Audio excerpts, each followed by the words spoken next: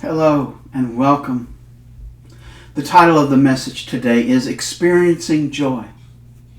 But let's begin by affirming together our opening statement. There is only one presence and one power in my life and the universe, God. And I invite you now to take a deep breath with me, gently but fully filling your lungs, and then relaxing and allowing the breath to escape and release back to universe. And perhaps one more gentle but deep breath.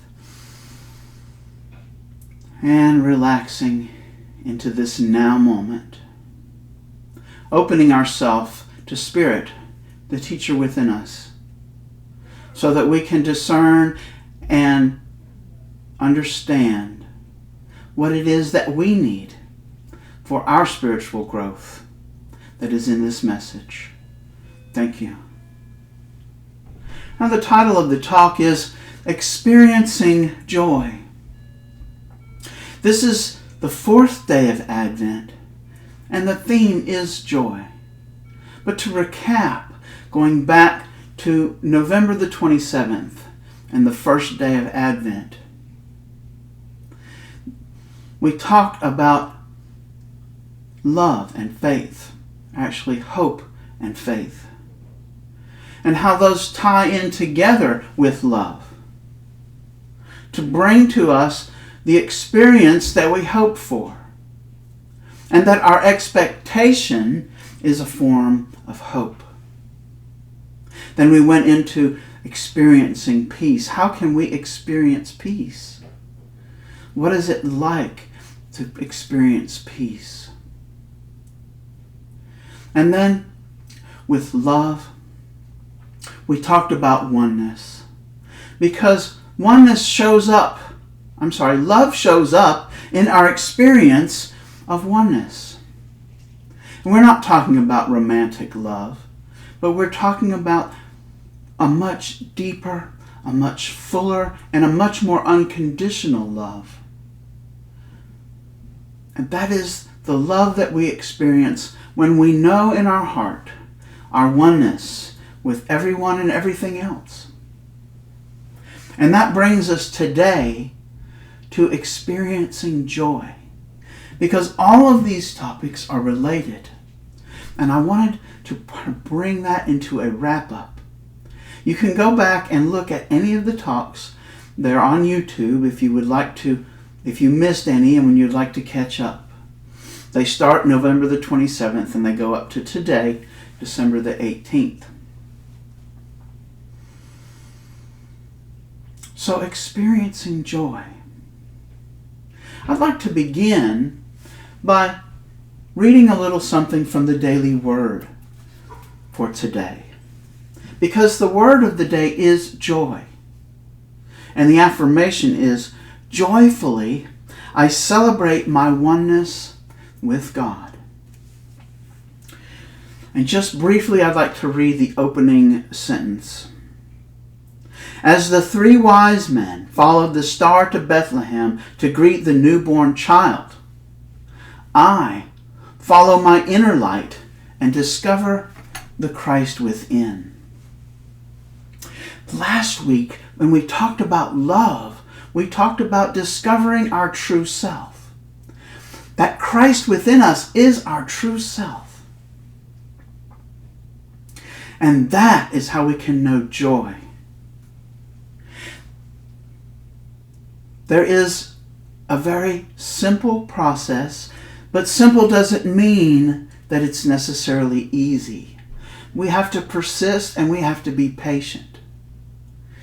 I'd like to read now from the Gospel of Mark, how Jesus relates that we can find and discover this Christ that is within us. How we can follow this inner light, because it's not a once and done process. In short, we have to say yes. We have to say yes to Spirit, our teacher within, and we have to follow the directions that we get from that divine wisdom that has been with us our entire life, even before we began the life in this body. And so I'll read this today from the Gospel of Mark, chapter 4, and I would like to read two verses, verse 26 and 27, from the Lamsa translation.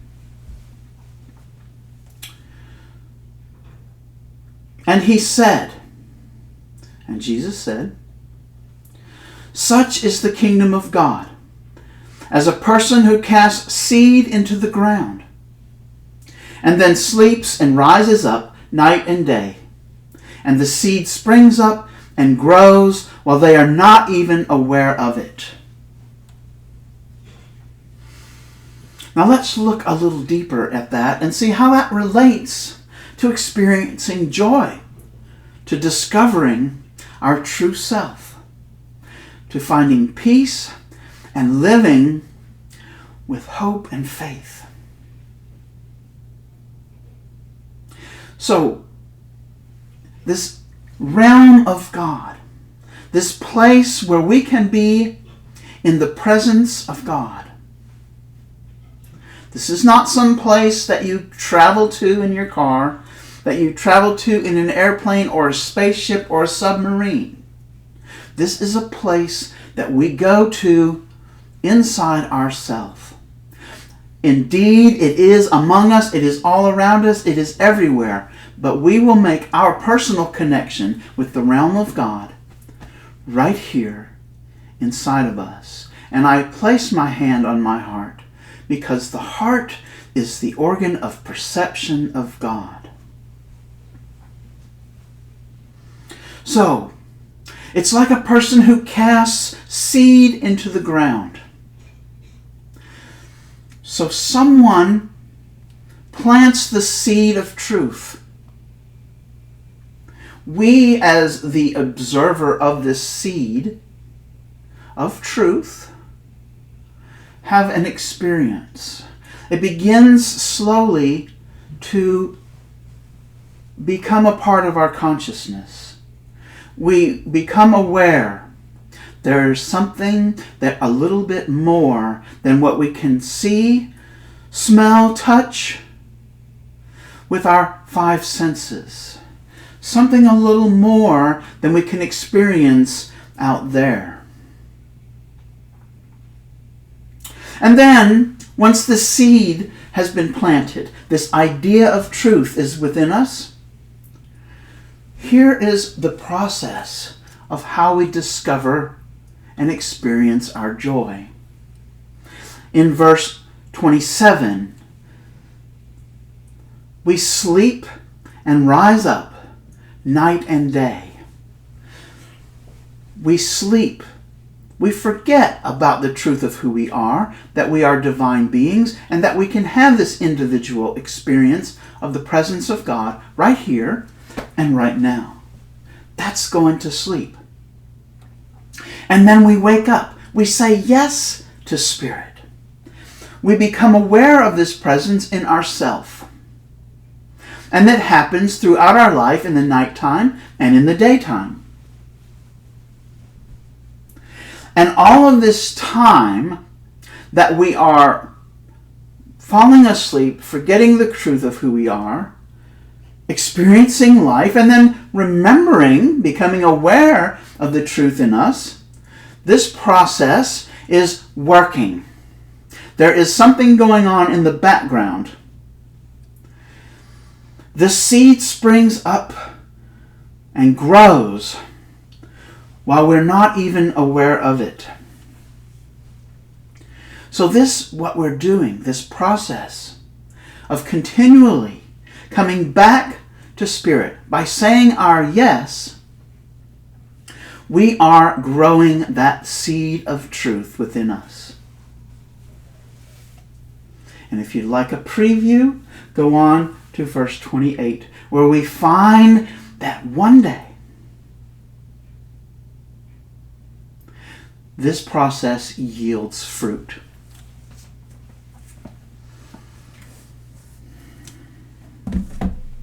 The joy comes from being in this presence. that is the fruit. It's not a happiness. It's much deeper than that. And along that line, I'd like to share a joke with you.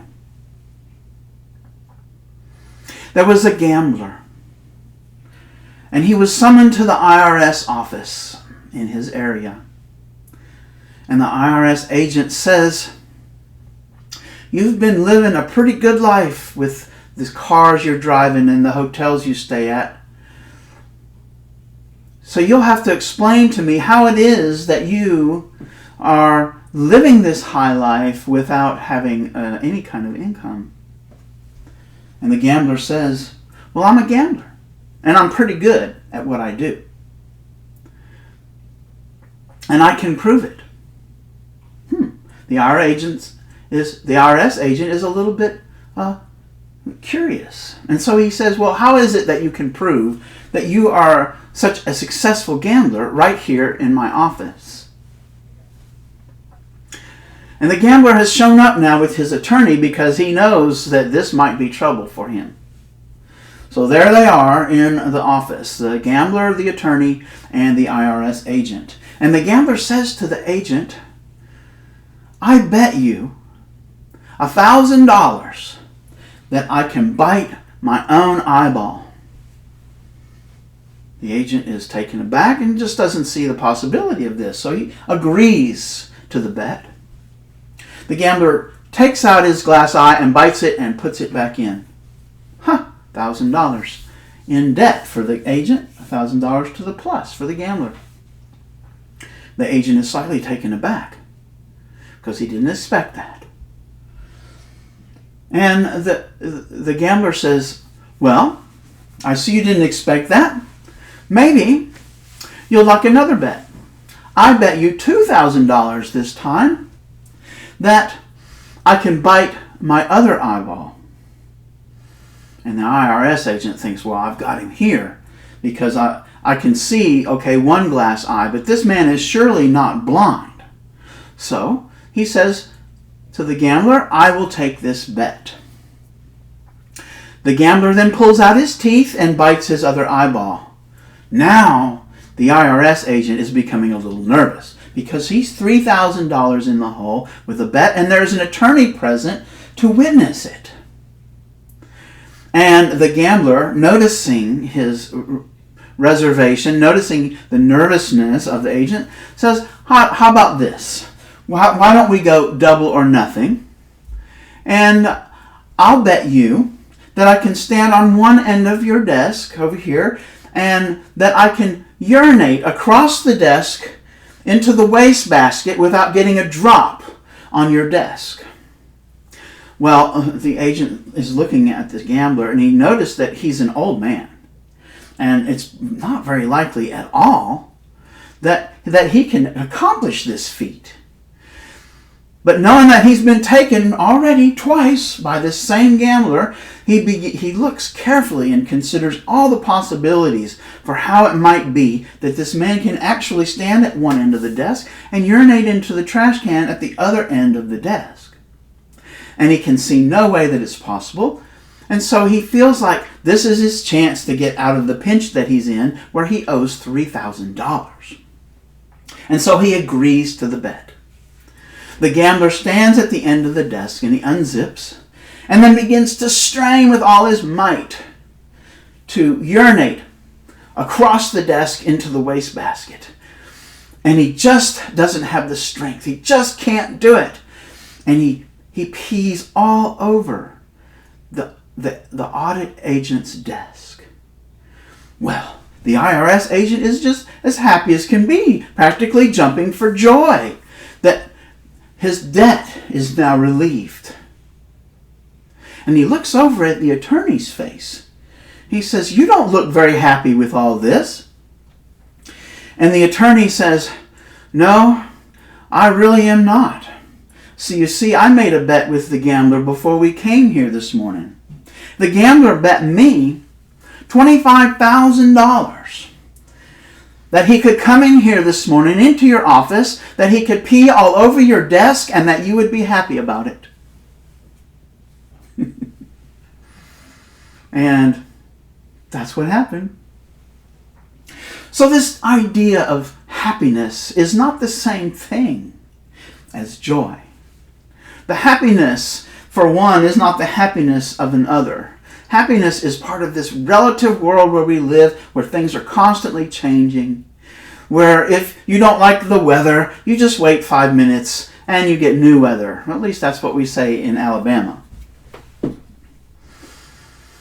But joy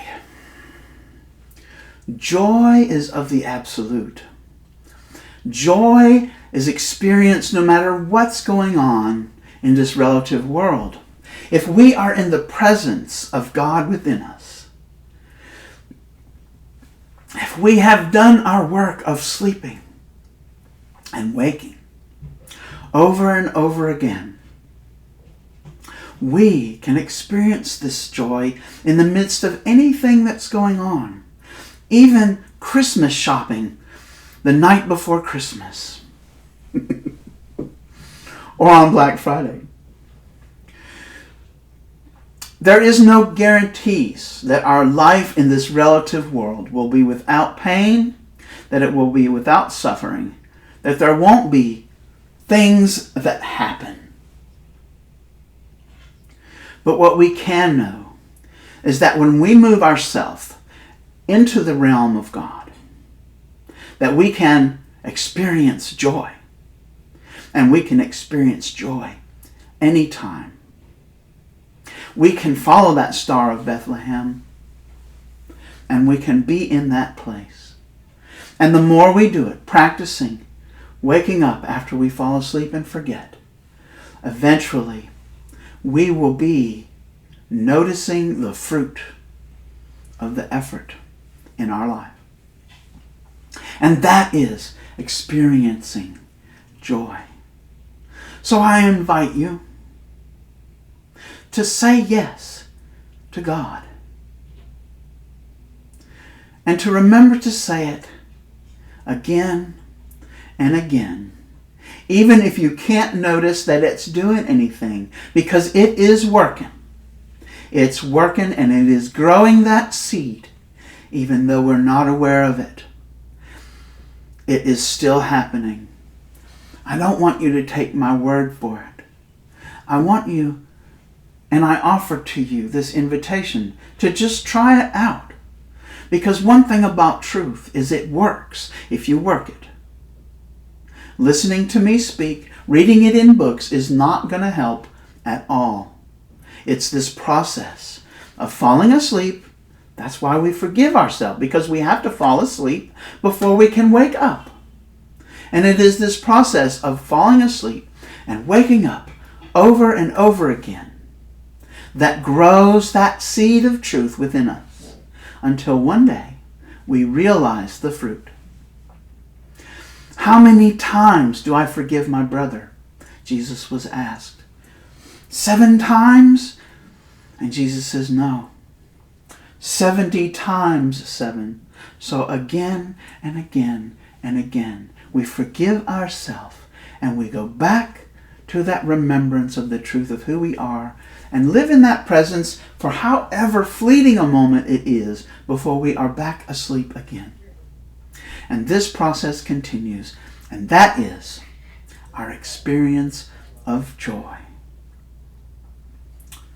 And if you skip forward to verse 29, you see that once we are there and we have this fruit and we have become fully ripened, we begin to share it with everyone we meet. That is the experience of joy.